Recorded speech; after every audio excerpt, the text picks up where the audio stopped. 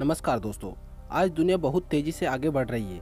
दुनिया में हर एक देश अपनी ताकत को मजबूत करने में लगा है, क्योंकि वह सोचता है यदि वह अपनी ताकत को नहीं बढ़ाएगा तो शायद कोई दूसरा देश उससे आगे निकल जाएगा और वह उस क्षेत्र में पीछे रह जाएगा।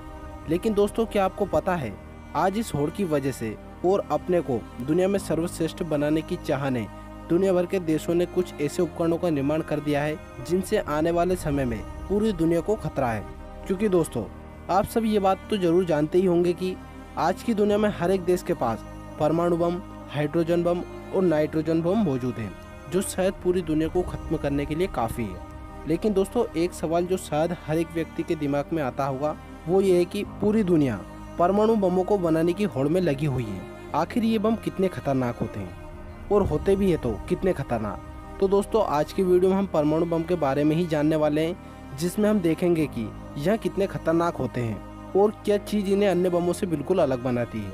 तो दोस्तों, करते हैं वीडियो की शुरुआत। बस आप बने रहें हमारे साथ वीडियो में एंड तक। वैसे तो दोस्तों, सभी मिसाइलों और एटम बम का निर्माण इसलिए किया जाता है ताकि एक देश दुनिया में यह सिद्ध कर सके कि वह पूरी दुनिया में सर्वशक्तिशाली है। वह जब चाहे तब पूरी दुनिया पर अपना अधिकार स्थापित कर सकता है, और इसका उपयोग मनुष्यों या मानव सभ्यता का अंत करने के लिए ही किया जाता है। वैसे तो दुनिया में बहुत सारे वेपन्स मौजूद हैं, लेकिन जिसका नाम सभी लोगों की जुबां पर हमेशा बना रहता है और जिससे सभी लोग आपस में डरते हैं, उसका नाम परमाणु बम ही है। दोस्तों, परमाणु बम का आविष्कार 16 जुलाई 1945 को रॉबर्ट ओपेनहाइमर के द्वारा किया गया था। उन्हें एटम बम बनाने का जनक कहा जाता है।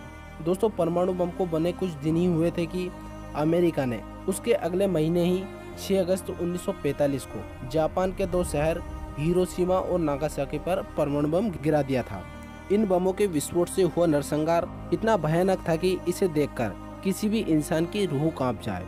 अमेरिका ने जापान पर लगातार 2 परमाणु बम गिराए थे, जिनमें एक का नाम लिटिल बॉय और दूसरे का नाम फैटमैन था। दोस्तों, इन परमाणु बम का विस्फोट इतना खतरनाक था कि जिसकी वजह से 1,40,000 के समथिंग लोग हिरोशिमा में और 70,000 से ज्यादा लोग नागासाकी में मारे गए थे। बम की गिरने की वजह से हिरोशिमा की 70% इमारत पूरी तरह से नष्ट हो गई थी।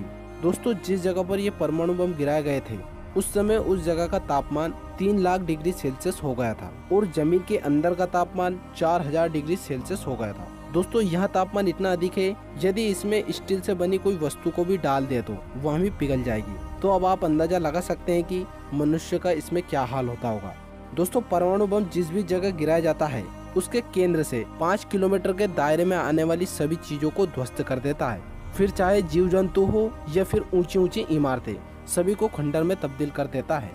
लेकिन दोस्तों, सवाल यहाँ पर ये उठता है कि दुनिया में परमाणु बम के अलावा भी और भी कई सारी मिसाइल मौजूद है जो शायद 20 किलोमीटर तक के एरिया को भी तबाह कर सकती है। लेकिन फिर भी परमाणु हथियार को ही क्यों खतरनाक बताया जाता है? तो दोस्तों, मैं आपको बताना चाहूँगा कि परमाणु बम 5 किलोमीटर के एरिया को तो नष्ट करता ही है, साथ ही इसमें से कई सारी रेडिएशन भी निकलती है जो आज ही नहीं बल्कि आने वाली पीढ़ी के लिए भी खतरनाक होती है। दोस्तों, मैं आपको बताना चाहूँगा कि परमाणु बम में से 2 तरह की रेडिएशन निकलती है, जिनमें से एक है एक्स-रे किरणें और दूसरी है गामा रे किरणें। पहले हम बात करते हैं एक्स-रे किरणें। दोस्तों, परमाणु बम से निकलने वाली एक्स-रे किरणें 250 रोन जून की होती है। अब दोस्तों, ये कितनी खतरनाक होती है इसका अनुमान आप इस बात से लगा सकते हैं कि हमारे शरीर की टूटी फूटी और फ्रैक्चर हड्डियों की जांच करने के लिए जिस एक्सरे मशीन का प्रयोग किया जाता है उसमें केवल 6 रोन जोन का प्रयोग किया जाता है। 250 रोन जोन इतना ज्यादा है, यदि किसी जीव जंतुओं पर यह रेडिएशन पड़ जाती है तो उसके शरीर पर हड्डी के अलावा कुछ भी नहीं बचेगा, पूरा मांस नीचे जमीन पर झड़ जाएगा।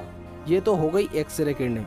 दूसरी आती है गामा रे, जो कि इससे भी ज्यादा खतरनाक होती है। दोस्तों, गामा रे इसलिए खतरनाक होती है क्योंकि यह डायरेक्ट हमारी कोशिकाओं पर अटैक करती है। जैसे ही परमाणु बम विस्फोट होता है और उससे निकलने वाली किरणें हवा के द्वारा चारों ओर फैल जाती है और हमारी सांसों के द्वारा हमारे शरीर में प्रवेश कर जाती है। दोस्तों, ये बात तो आपको पता ही होगा कि हमारी जो कोशिकाएं होती है उनमें डीएनए मौजूद होता है। डीएनए की वजह से यह तय होता है कि हमारी आने वाली संतान कैसी होने वाली है। हमारी जो कोशिकाएं होती है वो कई तरह के अलग अलग डीएनए में बटी होती है, जिनमें हर एक हिस्से का अपना अपना अलग अलग काम होता है। जैसे किसी का हाथ बनाना, मुंह बनाना, सिर का निर्माण करना, ऐसे कहीं जाकर पूरे शरीर का निर्माण होता है। अब दोस्तों गामा रे जो होती है वो सीधे हमारी कोशिकाओं पर प्रहार करती है, जिससे हमारा डीएनए इफेक्ट हो जाता है। अब गामा रे की वजह से डीएनए का जो भी हिस्सा डैमेज होता है उससे बनने वाला पार्ट आने वाली पीढ़ी में देखने को नहीं मिलता है। और ऐसे ही अन्य जीव जंतुओं में भी यह समस्या देखने को मिलती है, जिससे पेड़ पौधों में लगने वाले फलों का पूर्ण तरह से विकास नहीं हो पाता है। यदि आपको इसका और भी अच्छा उदाहरण देखना है तो आप जापान के हिरोशिमा और नागासाकी शहर में देख सकते हैं, जहाँ पर आज भी मनुष्य पूर्ण रूप से विकसित पैदा नहीं होते हैं। उनमें आपको कोई ना कोई आवांशिक विकार देखने को मिल ही जाएगा। यदि दोस्तों हम बात करें कि आखिर यह प्रदूषण कब खत्म होता है, तो दोस्तों वैज्ञानिकों के द्वारा बताया जाता है कि इन रेडिएशन को खत्म होने में करीब 3 लाख वर्ष का समय लगता है। इतने समय तक वहाँ पर ऐसी ही समस्या बनी रहती है जहाँ पर परमाणु बम विस्फोट होता है। तो दोस्तों अब आपको समझ आ गया होगा कि आखिर परमाणु बम क्यों खतरनाक होता है। तो दोस्तों यह वीडियो अच्छी लगे तो अपने दोस्तों के साथ शेयर जरूर करना। मिलते हैं नेक्स्ट वीडियो में, तब तक रखिए आप अपना खूब ख्याल। जय हिंद।